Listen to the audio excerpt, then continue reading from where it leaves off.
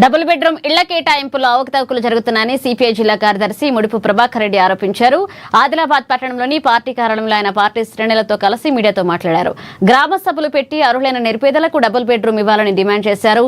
అర్హులకు కేటాయించని పక్షంలో సిపిఐ ఆధ్వర్యంలో ఆందోళనలు చేపడతామని హెచ్చరించారు.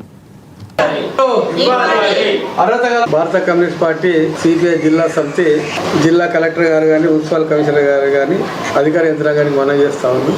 ఈ డబుల్ బెడ్రూమ్ ఇవ్వటంలో అవగాహన లేని అధికారులు అయిపోయారు నాకు తెలిసి. ఎందుకంటే ఇది వరకే గతంలో 3000 ఇళ్ళని అప్లికేషన్లని ఎంక్వైరీ చేసాము.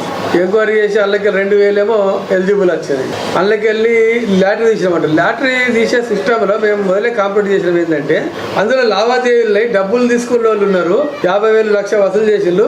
అవి లాటరీలు వచ్చేసినాయి. వీళ్ళు కలెక్టర్ గారు ఏమంటే పోయిన రాహుల్ రాజు మేము లాటరీ తీసినాము మేము కలెక్టర్ గారు ఆధీనంలో చేసినామంటారు. అరే పోయి అల్లనే ఫోకస్ ఉన్నాయని చెప్తే నాకు అర్థమైంది. ఇప్పటి కలెక్టర్ గారు చెప్తున్నాము మీరు ఆ లాటరీలు వీటిలు అన్ని పక్కా పెట్టుండి. మేమేమంటామంటే ఇప్పుడు ఏవైతే డబుల్ బెడ్రూమ్లకు అప్లికేషన్లు పెట్టుకున్నారో లేదా ప్రజాపాలన దరఖాస్తులు పెట్టుకున్నారో వాళ్ళని ఎంక్వైరీ చేసి వీడియోలు రాకలేరు, హ్యాండిక్యాప్ రాకలేరు, రాజకీయ నాయకులు వస్తున్నారు, చాలా మంది డబ్బులు ఇచ్చిన వాళ్ళు వస్తున్నారు. అరే ఇదేం కథనే. మేము ఇప్పటికైనా చెప్తా ఉన్నాం. కాంగ్రెస్ అధికార పార్టీ నాయకులకు చెప్తున్నాము, ఎమ్మెల్యే ఎంపీ అధికారం ఇక్కడ రాష్ట్రం లేకపోయినా మీకు చెప్తున్నాము. పాయల్ శంకర్ గారు కానీ నగేష్ గారు ఎంపీ గారు కానీ అంటే కాంగ్రెస్ పార్టీ నాయకులందరికీ చెప్తా ఉన్నాం. అవన్నీ రద్దు చేసి జిల్లా కలెక్టర్ గారికి మున్సిపల్ కమిషనర్కి చెప్తా ఉన్నాం. వారింగ్ చెప్తా ఉన్నాం మీ అందరికి. మీరందరూ ఇప్పుడు పెండింగ్ పెట్టే డబుల్ బెడ్రూమ్లని మొత్తం ఏదైతే అప్లికేషన్ పెట్టుకోలో వాటి వైద్యుగా ఎంక్వైరీ చేయండి. ఫస్ట్ ఒక కమిటీ వేయండి. ఆ కమిటీ ద్వారా ఎంక్వైరీ చేసి సై ఎలిజిబుల్ ఎంత పూర్ అండ్ పూర్ ఎవరో వాళ్ళకి ఇవ్వాలి. ఎవరైతే పట్టాలు ఇచ్చారో అప్పుడు 170లో ఆ పట్టాలలో మీద బిల్డింగ్లు కట్టిన వాళ్ళకే ఇవ్వలేదు. ఇప్పుడు ఏదో 10 పట్టాలు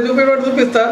మొన్న కంప్లీట్ చేసి చాలా మంది పట్టాలు ఇచ్చిన వాళ్ళకి డబుల్ బెడ్రూమ్లో కట్టిస్తామన్నా వాళ్ళకే లేవు. అసలు ఎవరు వచ్చేసిన డబ్బులు మేము సిపిఐ పార్టీ డిమాండ్ చేస్తాం. దీని మీద వదిలేదు.